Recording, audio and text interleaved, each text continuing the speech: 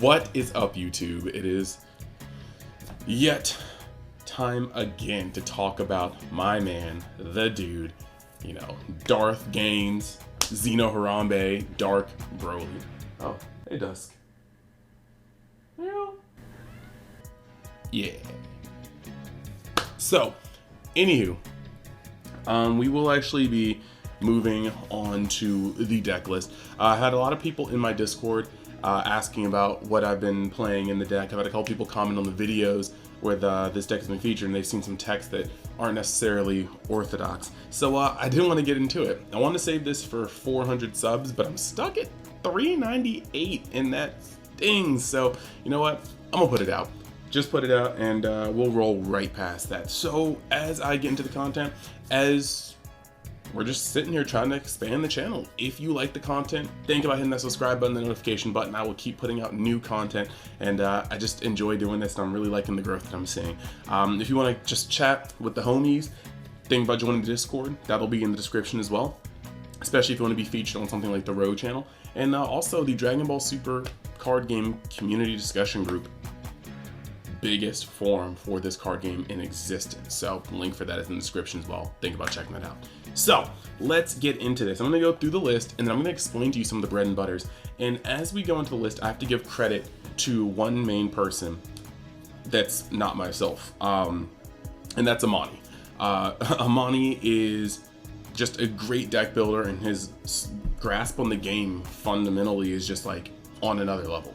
And this deck includes some text that I was really fond of, but also some ideologies that I thought could be good, but I didn't have the experience nor the grasp that he does at the time to just put these things together. And at first it wasn't quite the build that we were both looking at, but as he got further and further and took some things out, and when he took some things out, he was like, wait a second, how do we fill this in?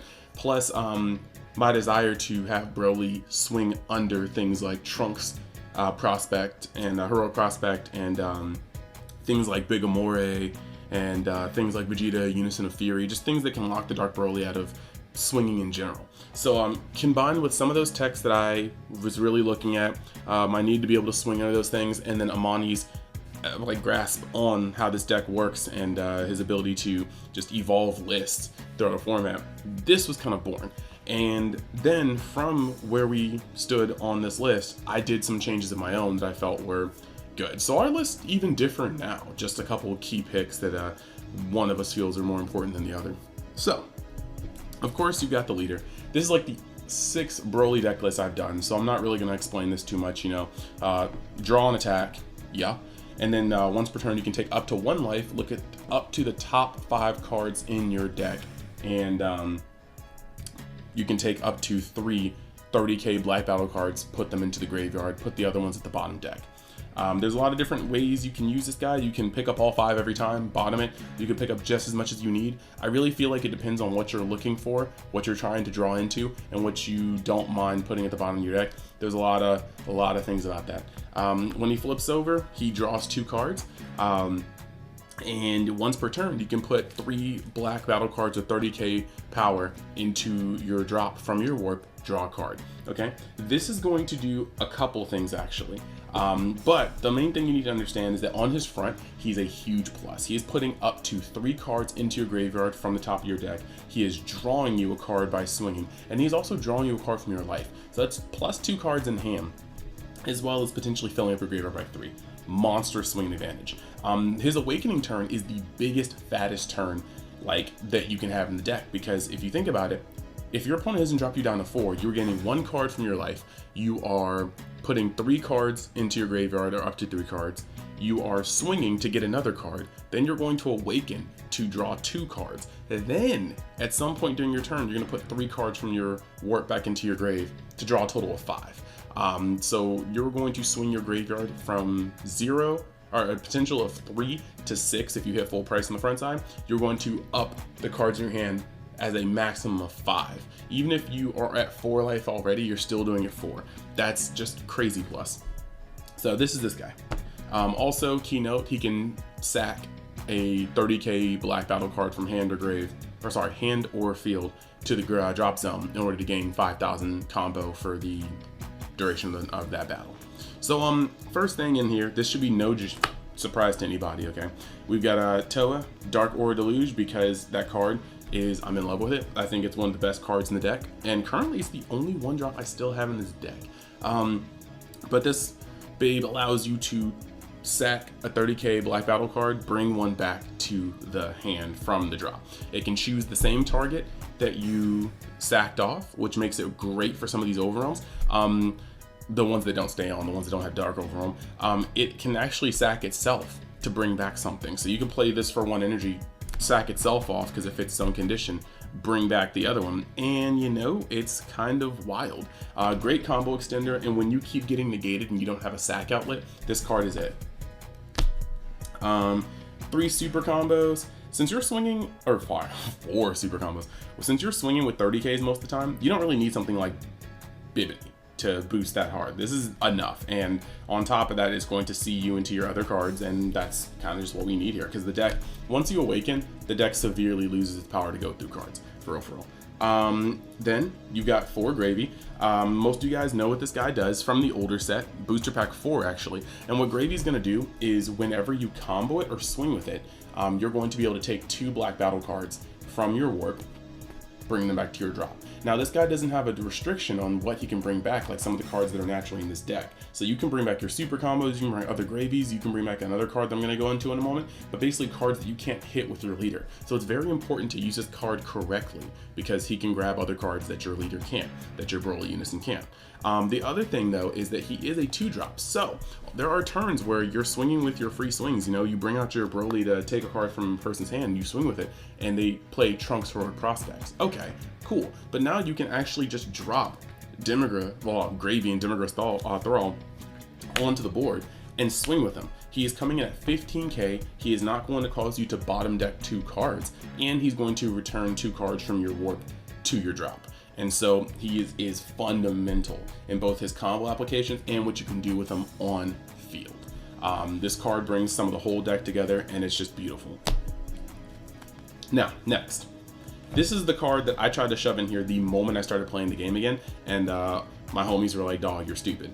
But in a build like this, where even with random mill, because you're gonna see we don't run any red cards, Ravenger Vegeta is actually the freaking way, bro. Like, he just goes in and he is going to overwhelm for 3, so as long as you hit on your leader skill, you're going to be able to overwhelm for 3. Mill the top 3, which are all going to be black cards, and then you can swing with this guy, okay? He's critical pressure early on in a deck that needs to hit 8 times, meaning that anytime you can swing and not give them a card in hand, beautiful. So he's actually very, very good there, and he's going to come into play with some of the other things we have a little later. So scoop that up real quick and move on. 3 Demigras, okay? Now, an argument can be made about playing 4 because you do want to see him every single game. Currently, I am playing 3 with the amount of space. I did want to stay at 50, and this guy is just huge. He's one of the best cards in the deck. He might be actually the best like offensive threat in the game. You guys should already know he's got Dark Overwhelm, so when you aren't playing any things like Chompas or Balls, he's going to be able to stay on the field and your opponent is forced to remove him. And on turn 2, getting your 30k body off the field is kind of rough. Like, opposing Dark Broly decks can do it. Sin Shenron can do it by having Hazy and another card on swing, mind you. And then Gotenks can do it off 2 energy with Reaper. However, Blue has a hard time getting this guy off the field on turn 2. Red Broly has to swing into it and then get over it.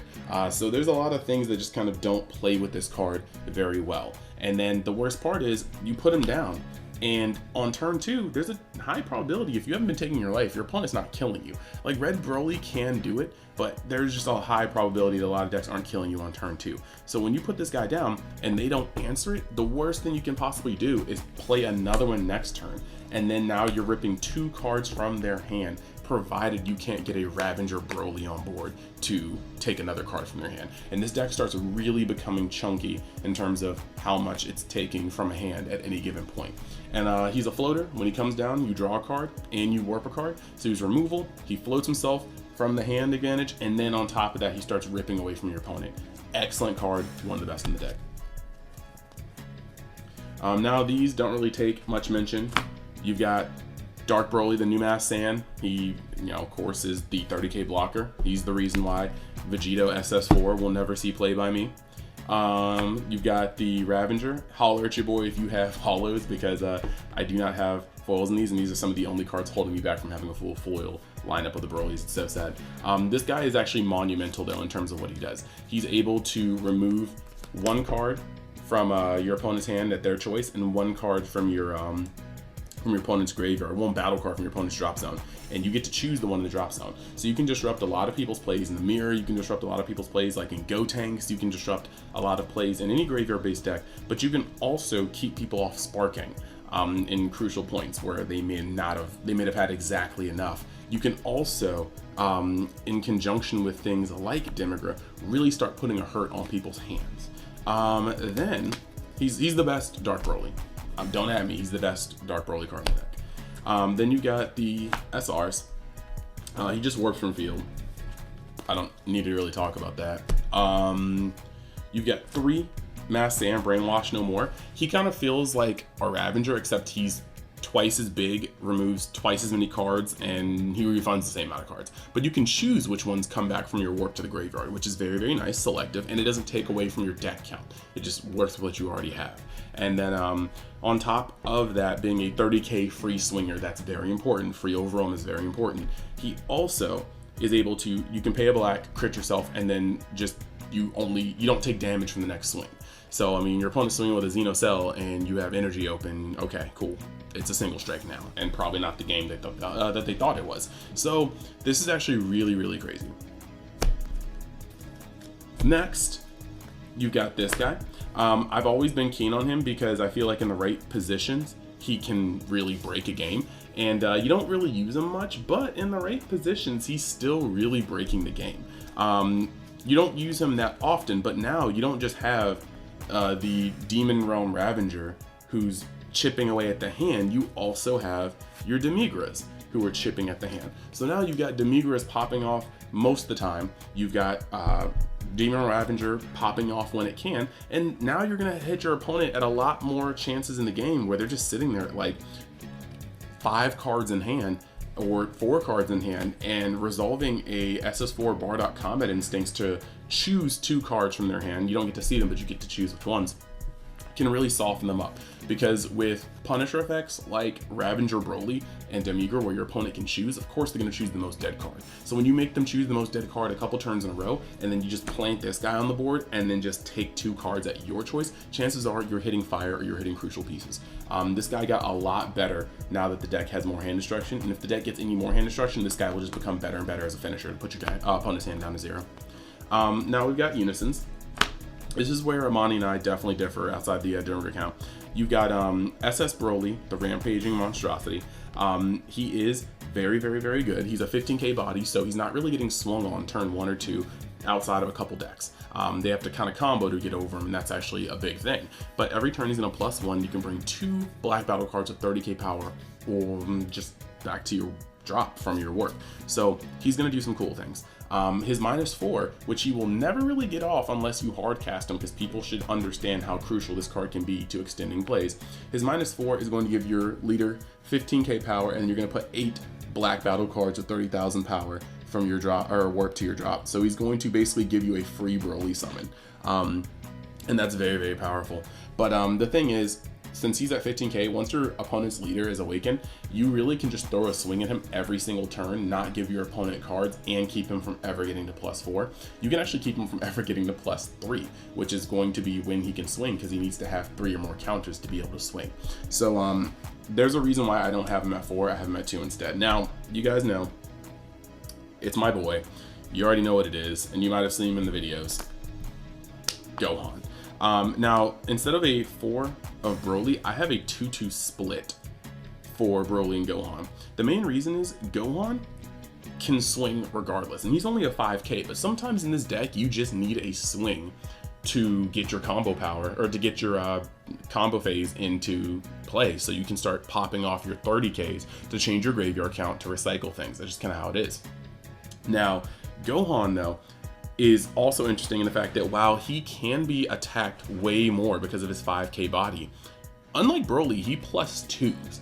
He's going to be able to plus one, and he's going to be able to bring back 2 black battle cards, not 30Ks, but 2 black battle cards. So he's going to be able to return cards like Gravy, your super combo, Ravenger, cards that normally your leader and Broly can't touch. He's also going to gain a marker once per turn when you overwhelm. So overwhelming with him already on the board is going to take him up as well, and that makes him sponge more hits. They're gonna have to swing more times at him or waste a crucial double strike on him, and this is cool.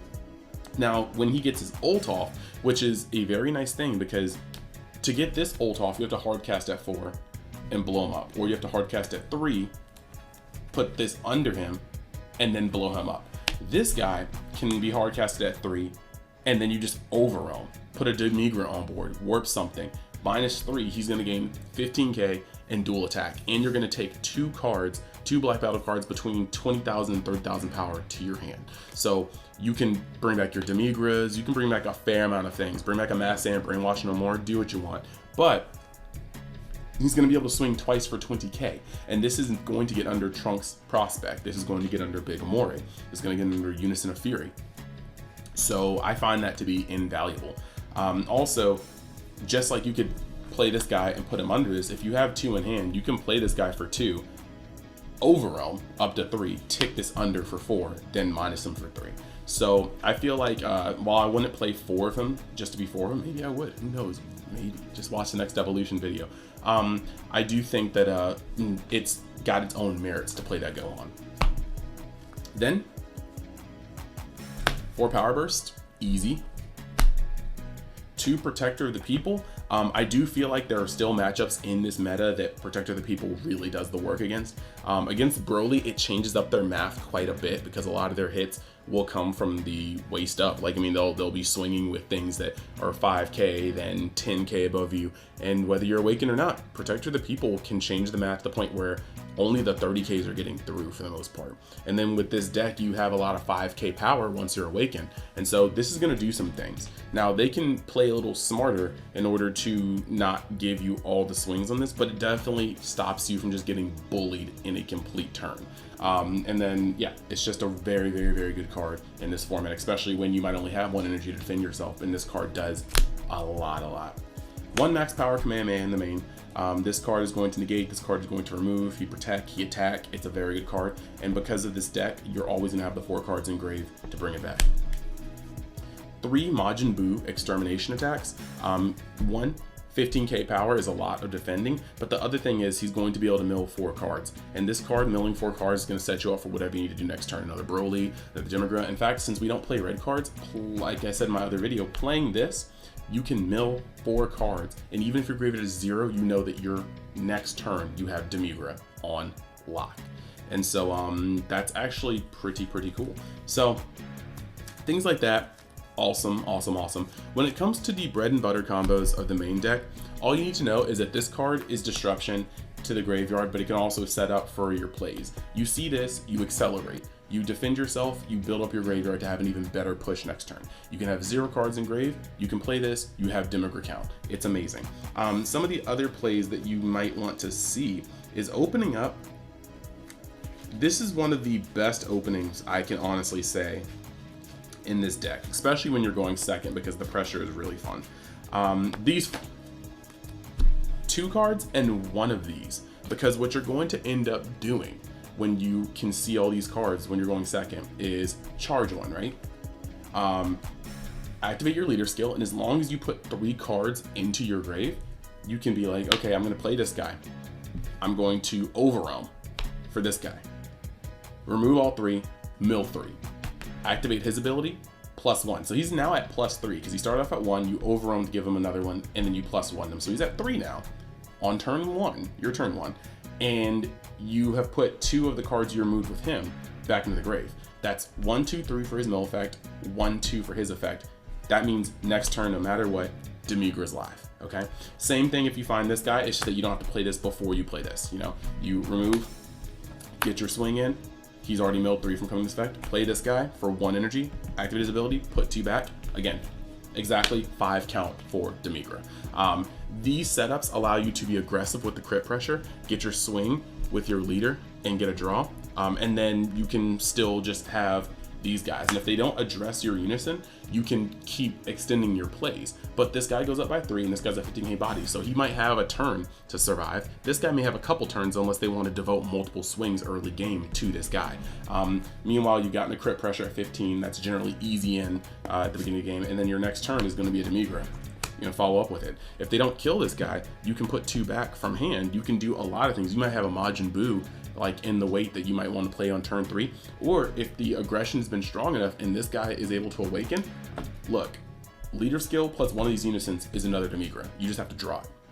So yeah, that's pretty much the only thing that's really changed from in terms of logic. It's that opening turn play, and the fact that now that you have gravies, you have these unisons, you have Majin Buu's human extinction attack, the graveyard is almost always full. The graveyard manipulation is absolutely crazy. Having a guy like this who can warp 3 and then mill 3 is going to allow you to be able to further your play so much more. And that's pretty much it. So for everybody that was looking for the list, I hope you guys enjoyed it. This is, I feel like, the next evolution of Broly. Yeah, you don't have double strike, but you are able to keep the pressure on like nobody's business. Constant swings, constant hand destruction in incremental values. And I feel like it's just really smooth. So if you want to take it on tap, try it out yourself. Let me know in the comments how you feel about it. Let me know in the comments if you have any changes you would make or how you feel, if you have any questions you want to ask, and I will be glad to go into that. Maybe make a follow-up video about matchups and how I feel about them with this particular list. But thank you. Hope you guys enjoyed, and I'll see you next time inside of Join Universe X. Long live Xeno Harambe.